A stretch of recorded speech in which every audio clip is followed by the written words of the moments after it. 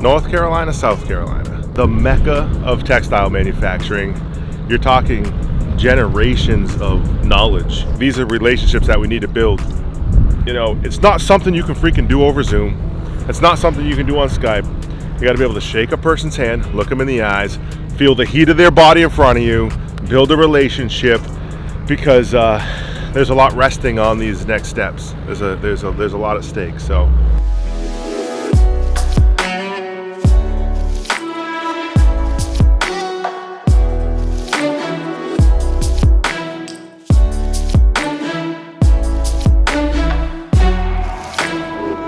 Where are we headed to today? Headed to North Carolina.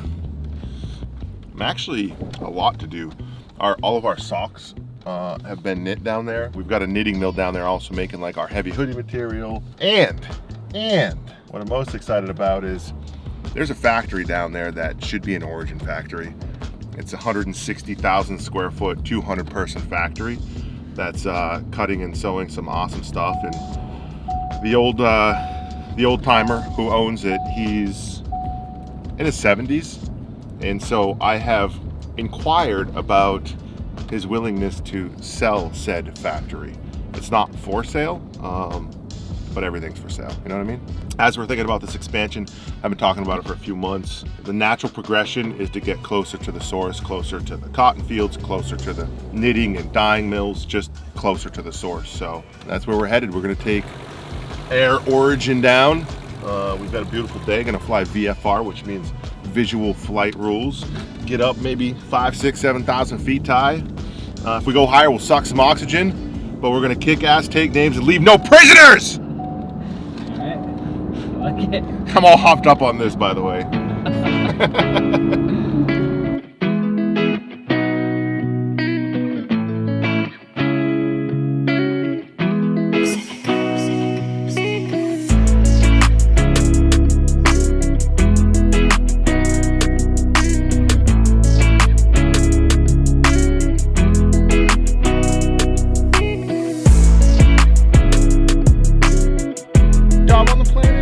Hold on, let me put this thing on you. You had the best, do you still have the best job on the planet? I think I still have the better job because I don't have anyone's lives in my hand.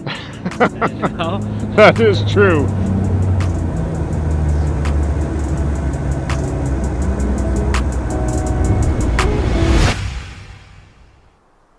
Thank you, we just arrived. Yeah, this is nice, huh? Very. Yeah, you like that? You like that? And I'm having to box it, I'm having to store it, I'm having to sit on the product. yeah, so there's a decrease in profitability the longer it sets too. So, or if you can put your finger on why, and if it has to do with speed or something else or like sizing, Oh no, I know what it is. It's patterns. It's Yeah, it's not pattern. there. It's not the pattern. Well, it is, but what I meant was it's the process that we need to change. Yeah. When are you projecting you'll have the pattern fixed, either by you or by a new person? I'd Tell say me that number. I'd say all the patterns can be fixed by the end of the month. Holy f- It's not going to be easy because they're going to do one, adjust it. We're going to cut another one, stitch, adjust it. You know, then we're going to cut the second one, stitch, adjust it. We're going to take 3 or 4 to figure out the formula before we can change all of them. We're going to have to like not start over, but it's going to take a little bit of work. What's the plan for today? I mean, we're going to be all over North Carolina. We're going to Asheboro, meeting with an old timer. I think he's like 80 years old, who has a factory, and they're making denim. So I want to discuss some business with him. It's like a 200 employee, 160,000 square foot factory. And I'm going to Jason's new place, and I'm going down to Charlotte. That's 2 hours away, and meeting with a knitting company who can do a lot of knits for us. I think exactly what we want.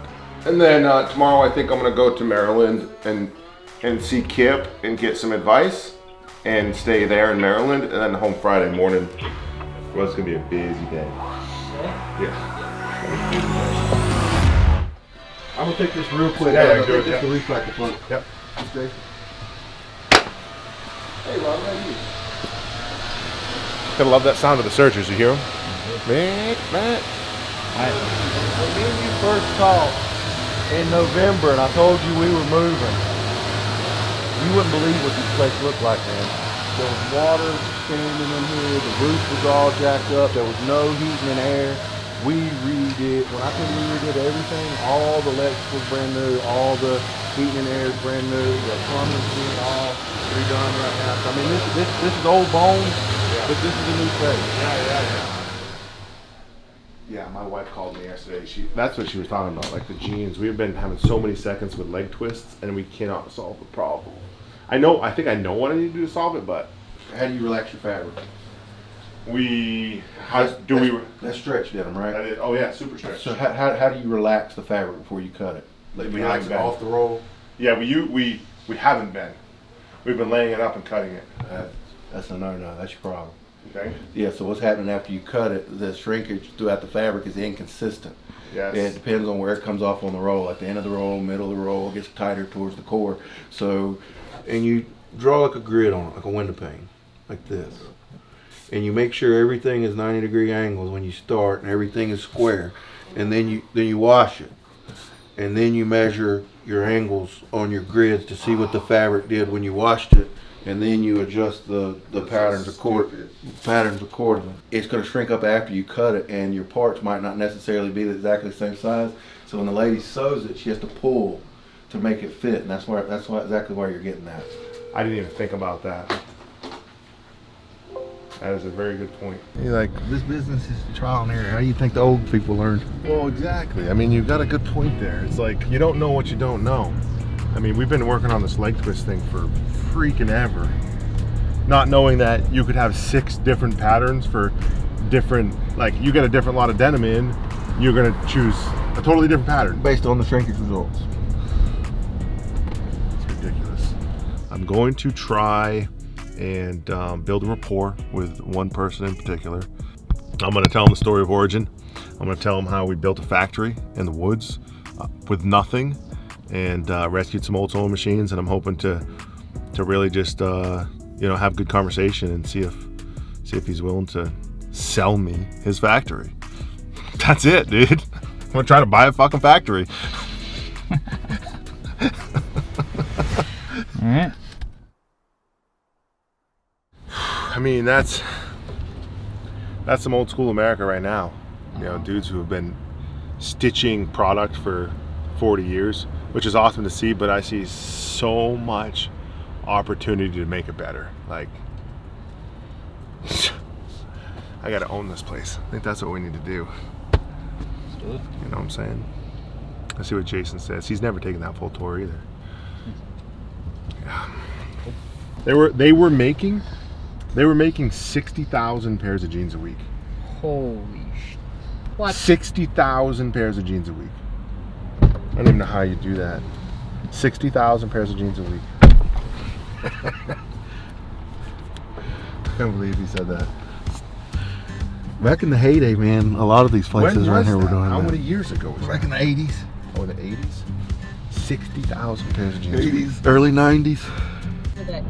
Pete's like a kid in a candy store down here. He got to go in another jeans factory today as well, so he's having a good trip.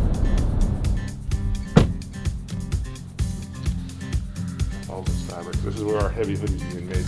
Here's Johnson. We'd rather do smaller. Actually, we'd rather do business with you, a company like you, which you're going to grow. You're going to give us this many pounds of this and this and this, and it's okay. We scale together. That's right. So, all right, let's walk out. Awesome. So this is our hoodie material right here. That's for the heavy. This is the heavy. That's the heavy right there? Yeah. It's gray, not dyed yet. That's the heavy.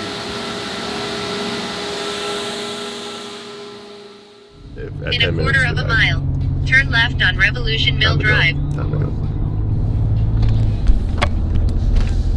It's cool to see old school America like not go to waste.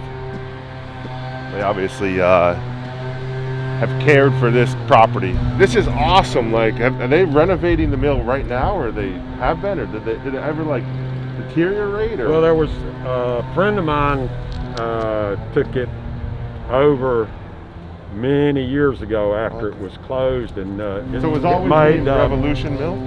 Pardon? It was always named Revolution Mill? Yes, Oh. yes.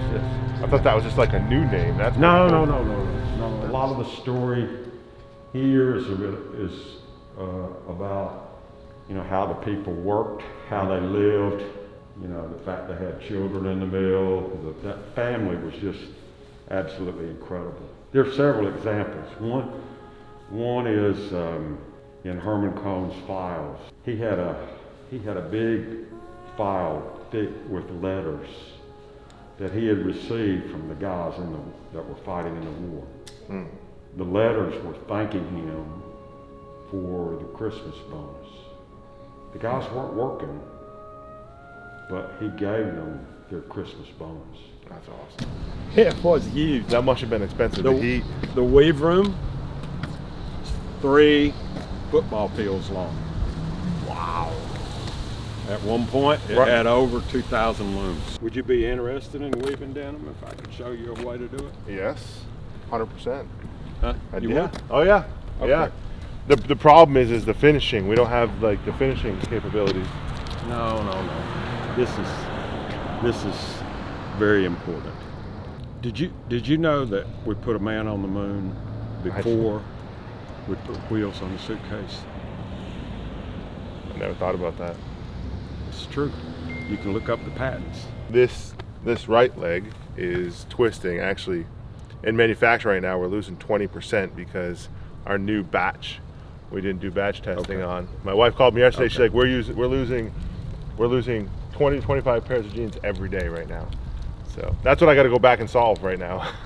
Okay, well, I can show you how to solve that. Really? Yeah. How much you gonna pay me for that? Yeah. No, I'm kidding. You got to come up to Maine. Okay. It's a little trick. I'll show you. I'll show you. I give away way too much for free. You should pay me for this. I can pay you in goods.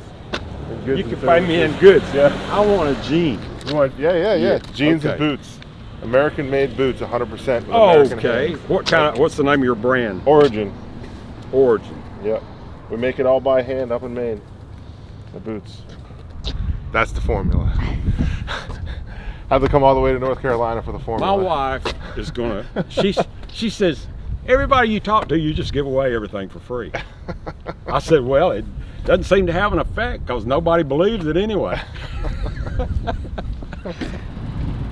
I got you opening the How many times did I turn this key in my lifetime?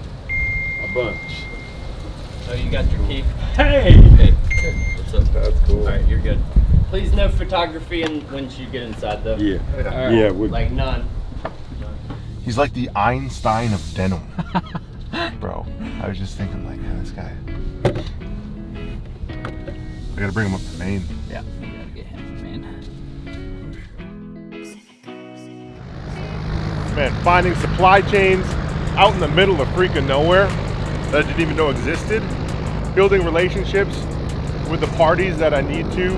You're talking generations of knowledge, and we were able to find these pockets of people doing awesome shit, knitting and weaving and manufacturing.